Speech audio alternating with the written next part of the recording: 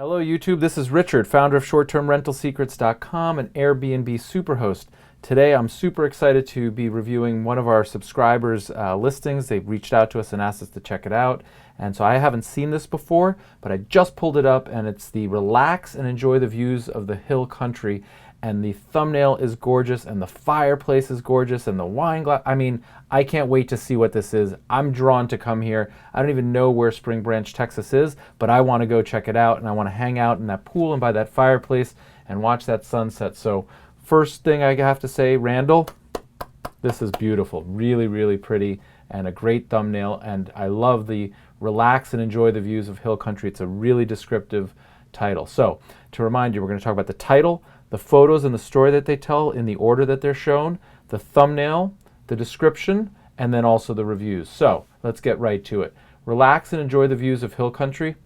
I mean, you're telling me what it is that I want to hear. That's exactly what I want to do. If I want to come to Hill Country, I want to relax and I want to enjoy the views. So I think that that's a perfect description. The thumbnail is really spot on and I just want to learn a little bit more. So let's go ahead and do just that the way that I think most users of Airbnb do, which is starting with the photos.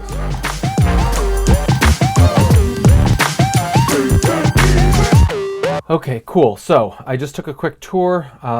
The photos are fantastic. Some are better than others. And I think that things that I want to point out here are going to be useful to people, whether you have a home or an apartment or just a room to share.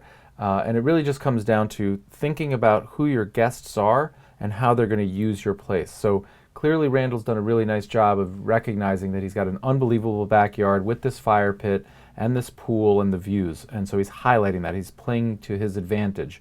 But you might have a different advantage and you just want to think about how you use your place, why you live there, and it might be proximity to the subway. It might be proximity to the convention center.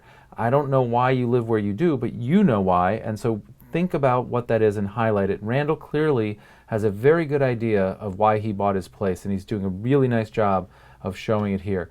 He's using the captions intelligently as well. Hill Country Sunsets by the Fire. The next image is the pool. So this is obviously the same shot going the other way, and even though the pool is lovely and this hot tub with the waterfall is gorgeous, he's right to focus on the views and the vista because that's just spectacular. And while this looks really nice and the landscaping looks great and the house is beautiful and so on, it's just not nearly as captivating as those views, right? Like the views are amazing. And he's right back at it here, pool views. Imagine just sitting in that pool and looking at that. This is a nice aerial shot. You can see that the grounds are well kept. You can see that he's got, glassware out. He's trying to show that people can use it. And, one thing that I'd point out is while this is some sort of desert scape, you can see that it's all, lush and green and maintained and somebody takes care of this and it's not sloppy. Like this exact same home maintained by the wrong person, you might see empty beer bottles, you might see some trash, you might see some magazines that are crumpled. Now, if you're doing it intentionally and you're staging it, then that's great and that can add artistic value. But if you just didn't clean it up, then people can sort of tell that too. This is another beautiful shot at night. The colors are great, the resolution, the image quality is great. Again, it's really nice and clean, and you've got the lights on and the fire going, so it's clear to me that you thought about when you wanted to take this photo and you took a great photo. And that's something that we can all do.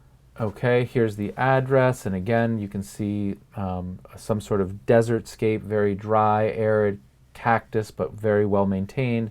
I see no weeds, and I think Randall's right to put the photos of the backyard and the pool and all that first, because while this home is beautiful and clearly well maintained and newly built and so on, the real wow is what you see once you're inside. And so this is a great photo, but this shouldn't be the thumbnail, and I think Randall did that well here. I might elaborate a little bit more on the caption here and say private home in a secluded drive, or no neighbors, or whatever it is, more than just front. Here's the inside. Again, you can see it's clearly staged. There's a nice magazine and a coaster and a throw, remote. It's just clean and nice, and I think it's a very nice photo. It looks like it's taken at about the height that you'd be sitting at, which is best practice, as we've talked about. And so I think that this is a really nice, inviting photo. And it says upstairs living. I think it could be improved a little bit more. Here's the kitchen. I'm seeing if there's anything that catches my eye. And no, it's just really nice and clean. I might put I might set the table and have, you know, like a eat-in kitchen sort of description to show people, like, great place to bring the kids for breakfast or something like that, and set that table.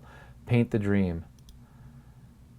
Just like you did in this next photo with the wine, right? Like, clearly you and your family sit there and enjoy the wine and the views. Think about who might be sitting at the kitchen, eat-in kitchen counter, and how they might enjoy that. But this is very nice. Dining with country hill views, bedroom with queen bed. I mean, it's evident that you've used a lot of thought and energy in decorating it. It's bright and it's colorful, and I love the way I can see the other bedroom here that sort of shows, you know, how much privacy you have and how colorful it is and bright. So I think this is a really nice photo. Same thing, clearly a lot of attention to detail, and also the decorating, and it looks lovely. Bedroom with 2 twin XL beds. Okay. This bathroom, it looks really nice and well maintained, and all the towels are folded, and there's soap. So this is just really great photography, and I think we should all be inspired. This is a beautiful shot. I really like this shot. I love the way that there's coffee and juice, and it's just suggesting that I might come out here for breakfast. Coffee on the balcony, and the views are magnificent, and there's couches, there's more coffee back here. You know, Randall, I really think you're doing a great job, and commend you. I think we can all learn from this really high quality listing. Here's a pool table. You notice how the pool table is being utilized. The balls are all racked. All of the pool cues are in the right place. There's wine and everything. So, you know, it's evident that Randall really cares a lot about his property, and it's also evident that he really cares about his listing, because he's taken the time to show it in the best light. I bet you on any given weekend there's a lot of foot traffic in here, and shoes piled by the door, and wet towels and things like that, and none of that's evident. So these things don't happen by accident. They happen by planning and by caring and by staging the place, and I think that it's evident that Randall is doing great work, and we can all do this, right? Even if we don't have a pool table to showcase, we do have a space, we can take pride in it, we can make sure it's photographing well, and we can double check our work. If it's not, you know, up to par, we'll do it again. So this is the same shot. Okay, this is kind of cool. I might highlight this even before Randall might, and maybe a different angle, but this is pretty unique, how this garage door opens up, so it's like indoor outdoor living. You don't highlight that in the caption, but I think that's really cool. I have a space where I live currently that has a similar sort of like opening to the outside, and I love that indoor outdoor component. So think about what angle you might capture that better. The grandness of the room, the grandness of the vista with that rolled up is just spectacular. Now here, interestingly, you have the same shot twice, so go ahead and take one of them out. You don't need it twice. I think that's just a mistake. This is really lovely. Again, I'm not seeing anything that catches my eyes. These floats here are a little bit of a distraction, but it's so minor. Here's a nice grill, covered back patio. Go ahead and take a seat. I mean, this is just a really lovely home and a great listing. I think you're right to highlight all of the backyard activity. That's where everyone's going to be when the weather permits. And when they don't permit, they're going to be in the indoor garage playing pool. And you do beautiful work with the nightscape and the lights and so on. I think that this grill time being the second to last photo, you might be missing an opportunity to put that earlier, because most people that are coming here with the family, if the weather's nice and they're outdoor by the pool, they may be doing a lot of cooking and relaxing, and so I might put that a little bit forward if I had to make a suggestion. And Hill Country Evenings. Okay, well listen, I mean, you want to come shoot my place? Great work, really. It's very, very nice. I think we can all learn from it and take inspiration from it, so kudos. So now we're on the thumbnail, and this is it. I mean, there's a few shots that you have that are similar to this, but this one works. I wouldn't change a thing. It's fantastic. It draws me in. The sunset is perfect. The fireplace roaring is great. The wine glasses, you staged it. So I couldn't think of a better thumbnail. You nailed it. Congratulations. Okay, cool. So let's turn to the description. And once again, Randall, you've taken a really thorough approach to this. I think that your storytelling is really nice. Set high on a cliff above the Guadalupe River. It's a private guest house with sweeping vistas. It's your hill country getaway. One thing that this immediately brings to my mind is this is a private guest house. Well, where is the main house? You know, talk to me a little bit about that. And you do talk about it further down. In the interaction with guests section. It's separate, very private house off the main home. I never bother the guests, but I'm always available. I think that I would tie this in up front a little bit more. Your own private guest house, you know, 100 yards, 500 yards, a 5-minute walk. And I would also make the interaction with the guests more positive. The I never bother the guests comes from a point of negativity, right? Like you're going to be a bother. You want it to be a positive. And so say, while I am conveniently accessible, I also allow you to have your privacy. Or something where it's like, it's great that he's close by, but he's not going to come by. And I know what you mean by I never bother, but one thing that I've learned in writing copy and in marketing things is you don't want to talk about things from a negative perspective, because even though you dispel it later, they may never get past that hurdle. So I think it's important to talk about this private guest house up here and acknowledge that there's a main house and what that means. But the sweeping vistas is great, taking the views is great, custom pool and spa, I love it. In the middle of nowhere and near everything is very nice, close to local shopping. Guest house is located on 2.5 acres in a very safe and quiet community. Remember when I said that photo that said front could be elaborated on? This is your place. On that photo, talk about super private, 2.5 acres, safe, quiet. That's what the kind of thing that you should be thinking about in the caption there, in my opinion. This is all great. Guest access, other things to note, 35 minutes away. Accommodates 5. Extra people, no charge. You might want to consider changing that. I charge for extra people. There's more wear and tear. There's more towels. There's more cleaning. It just takes longer. I think your cleaning fee is very reasonable given the size of the home, but if that works for you, then that's fine. I think your security deposit is too low. Clearly, somebody could do a lot more than $250 of damage in your home, so I would encourage you to increase that to $500 or so. And I've said in other videos, and I'll repeat it again, I'm not a huge fan of the weekly discount or the monthly discount. And 50% off a month, in my opinion, that's too high. If you want it to go into a long-term 12-month lease, then that's what you should do with this property. If you want to go short-term and you want to maximize your income, then you should maximize your income and not give away half your money. And it's okay to have vacancy, right? Part of the beauty of a short-term rental is that we charge more per night, giving people flexibility. And the flip side of that is, as hosts, we have to be okay with some vacancy. If you have total vacancy, then you have a pricing issue.